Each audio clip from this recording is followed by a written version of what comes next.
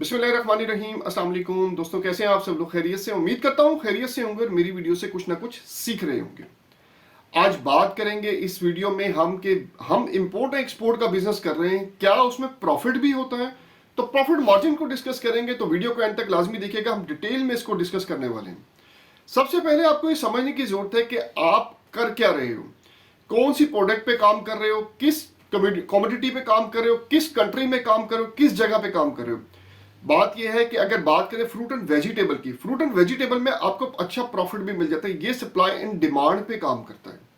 देखो, जब सप्लाई ज्यादा होगी तो डिमांड कम हो जाएगी, तो रेट गिर जाएगा। जब डिमांड ज्यादा होगी, सप्लाई कम होगी, तो ऑब्वियसली रेट बढ़ जाएगा। एक चीज जो है अगर 4 रुपए की वहां पे बिक रही है और सप्लाई कम होगी for certain reason, for unknown reason की वजह से, तो वहां पे रेट इंक्रीज कर जाएगा। अगर बात करूं स्वीडन, यूके, कनाडा धनिये की, यहां पे धनिये की एक टाइम पे इतनी डिमांड होती है कि आप जो 10 रुपए का यहाँ पे खरीदते हो, वहां पे 15 यूरो का बिक रहा होता है।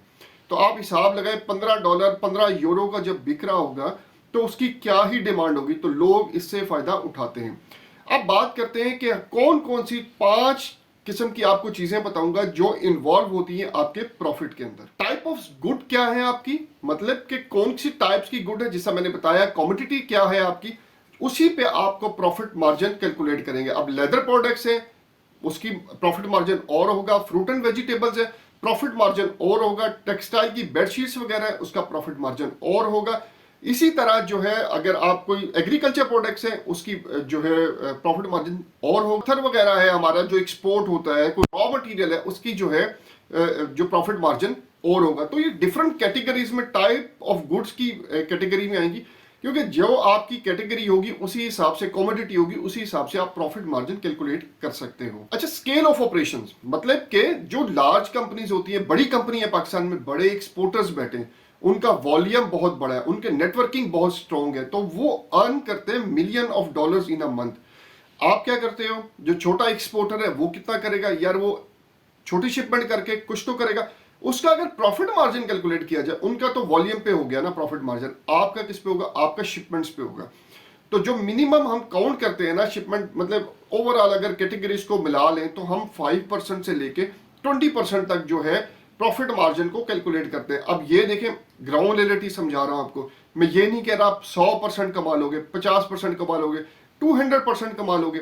फिर वही बात आ जाती है, आप जो हो कमोडिटी पे वेरी करता है। ठीक है, मैंने वीडियोस बनाई हुई है कि जिसमें 100% प्रॉफिट मार्जिन भी है आपका।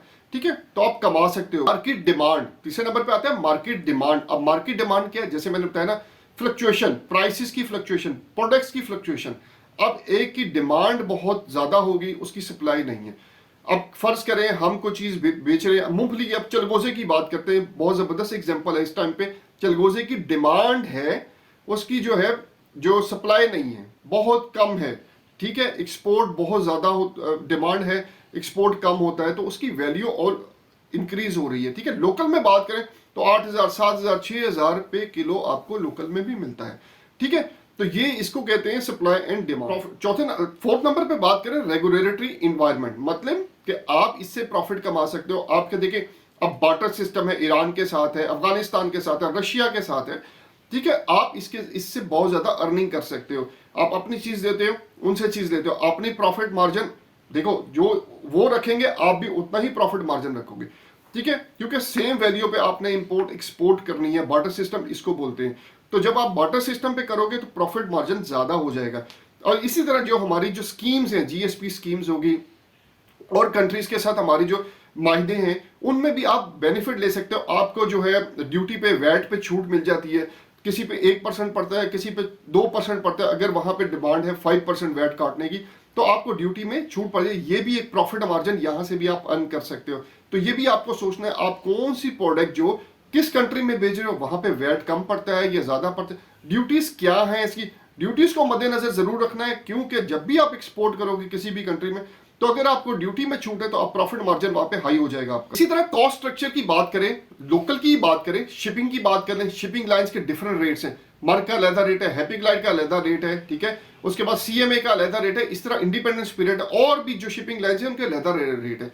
तो आपको हमेशा बात करता हूं प्रॉफिट घर से बचा के चलना है। शिपिंग लाइन जो आपने मिनिमम वाली यूज करनी है, ठीक है, मिनिमम वाली यूज करेंगे तो उसकी कॉस्ट जो होगी, कॉस्ट ऑफ फ्रेट जो है वो कम होगा, ठीक है। अगर आप सीएम में लोगे या आप जो अपना मर्क लोगे उसके रेट्स हाई हैं, तो आपको मिनिमम पे जाना है, कोई बात नहीं। आप कुछ शिपमेंट्स, अब आप कहोगे कि यार वेसल्स अच्छे होंगे नहीं होंगे, सर कंटेनर तो आपके पहुंचते हैं ना, ठीक है। आपको प्रॉफिट अपना जेन में रखना है कि मैं प्रॉफिट अर्न कैसे कर सकता हूँ। एक का फ्रेट है $2100, एक का फ्रेट है $1400, कितना फर्क है? $700 का फर्क है, ठीक है। अब 700 मल्टीप्लाई बाय आप कर लें तो कितना फर्क पड़ता है। तो ये चीजें आपने बचा के चलनी है। यहां पे प्रॉफिट मार्जिन जो है यहीं पे बचेगा। अब एग्जांपल लेते हैं, हम किसी भी प्रोडक्ट को उठाते हैं, फर्ज करें कि हम जो हो उसमें अब बनाना की एग्जांपल लेते हैं।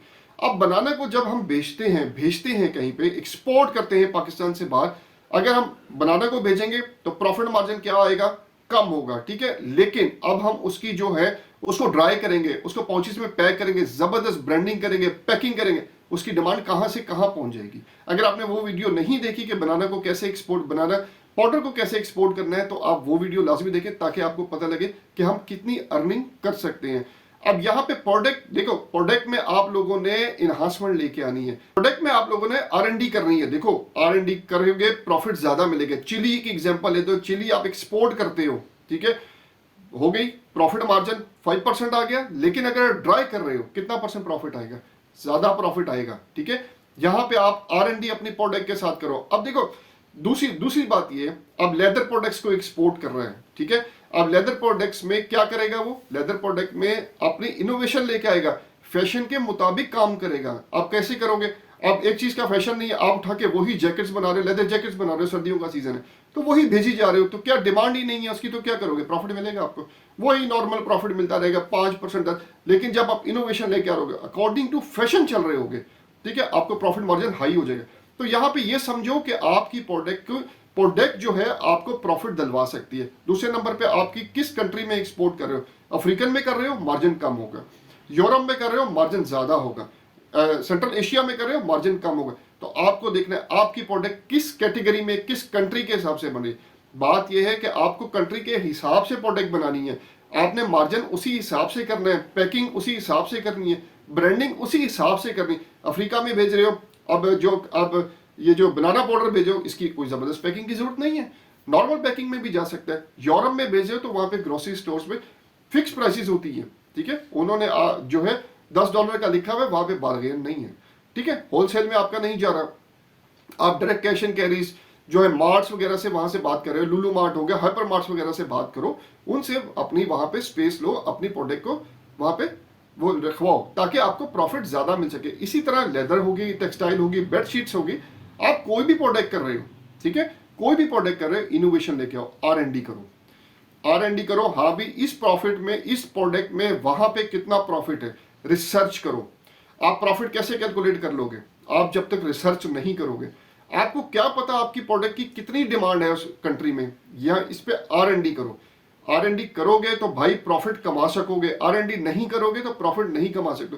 ये नहीं होता कि ये बंदा एक्सपोर्ट कर रहा है तो ये का लाखों कमा रहे तो मैं भी लाखों कमा लूंगा, नहीं। इस बंदे की अपनी R&D है, आप लोगों की अपनी R&D होगी अपनी प्रोडक्ट के हिसाब से। अब बायर्स क्यों नहीं मिलते आप लोगों को? बायर्स इसलिए नहीं मिलते आप लोगों को क्योंकि आप लोगों की R&D नहीं है। आप कहते हो मेरे पास प्रोडक्ट है, प्रोडक्ट को क्या करना है भाई? जब तक उसकी R&D नहीं है आपके पास, किस कंट्री में आपको, आप टारगेट कंट्री क्या है आपकी, प्रॉफिट कैसे कमाओगे जब तक टारगेट कंट्री का नहीं पता होगा। फर्ज करो आप डेनमार्क को चीज भेज रहे हो, ठीक है, वहां पे आपको क्या पता आपकी प्रोडक्ट की डिमांड है भी कि नहीं है। वो हो सकता है एक बायर बैठा वो आपसे छोटी सी क्वांटिटी में मंगवा रहा हूं, लेकिन वो बल्क क्वांटिटी में इंडिया से मंगवा रहा हूं, अब वो बल्क क्वांटिटी में आ रही है। अब टेक्सटाइल की बात करूं, बांग्लादेश से मंगवा रहा हूं, इंडिया से मंगवा रहा हूं, चाइना से मंगवा रहा हूं, आपकी छोटी क्वांटिटी। तो आप बताएं वहां पे कंपटीशन कहां है? वहां पे तो कंपटीशन कंट्रीज के साथ आ गया आपका, ठीक है, आप सबसे लो कंट्री पे चल रहे हो, लो लेवल पे कंपटीशन पे हो। तो अपनी प्रोडक्ट को इनहांस करो, उनकी देखो प्रोडक्ट वहां पे आ रही है, उस कंट्री को विजिट करो, ठीक है। प्रॉफिट मार्जिन आपको एक जो आपके पैसे हैं ना वो एक विजिट पे ही पूरे हो जाए जब आपका एक कंटेनर का ऑर्डर आ गया। तो अब यहाँ पे ये समझने की इसलिए समझा रहा हूँ कि प्रॉफिट मार्जिन का सबको प्रॉब्लम ये है कि प्रॉफिट मार्जिन सर क्या होगा, प्रॉफिट मार्जिन क्या होगा। प्रॉफिट मार्जिन 100% भी कमा सकते हो आप अगर दिमाग से गेम करोगे तो, ठीक है। दिमाग से नहीं करोगे तो 100% क्या आप प्रॉफिट मार्जिन ही नहीं कमा सकते। लास्ट में बात करता हूं हार्ड वर्किंग और पेशेंस की। कोई भी जो बिजनेस होता है ना वो दिनों में और रातों रात में तरक्की नहीं कर जाता, ठीक है। उस पर टाइम लगता है, पेशेंस चाहिए, ठीक है। बायर्स जो है ना, आज आपने वेबसाइट बना ली, सोशल मीडिया प्लेटफॉर्म बना ली, तो कल आपको बायर नहीं मिल जाएगा। ये जो दुनिया में बैठे एक्सपोर्टर्स है ना, ये एक दिन में बायर्स नहीं हासिल किए ना, टाइम लगता है। तो आपको हार्ड वर्किंग करनी पड़ेगी और पेशेंस रखना पड़ेगा। मेहनत रायगा नहीं जाती, ठीक है। प्रॉफिट तब मिलेगा जब आप में पेशेंस होगा। पेशेंस नहीं है, आप छोड़ दोगे, बिजनेस छोड़ दोगे करना, आपको इसमें तो बायर्स नहीं मिलते। तो बायर्स मिलेंगे आपको, पेशेंस रखें आप। चले, ये एक वीडियो थी, काफी कमेंट आते हैं कि सर हमें प्रॉफिट मार्जिन का बताएं, एक्सपोर्ट में है भी कि नहीं, ये सब ऐसे ही मजाक करते रहते। प्रॉफिट मार्जिन है, आपकी हार्ड वर्किंग और पेशेंस पे डिपेंड करता है, ठीक है। और जो पॉइंट्स मैंने बताए, ये 5 पॉइंट्स आप जेन में रखें, इसको दिमाग में रखें, इसको इसी पे आपने वर्क करना है जब भी करना है। कंट्री को सिलेक्ट जरूर करना है प्रॉफिट मार्जिन जेन में रखते हुए। चलो, उम्मीद करते हैं आपने इस वीडियो से कुछ सीखा होगा। मेरी वीडियो को लाइक, सब्सक्राइब और शेयर लाजमी किया करें ताकि आने वाले इंपोर्टर एक्सपोर्टर्स भी कुछ ना कुछ सीख सकें। अगली वीडियो तक के लिए अपने भाई को इजाजत दीजिएगा। अल्लाह हाफिज।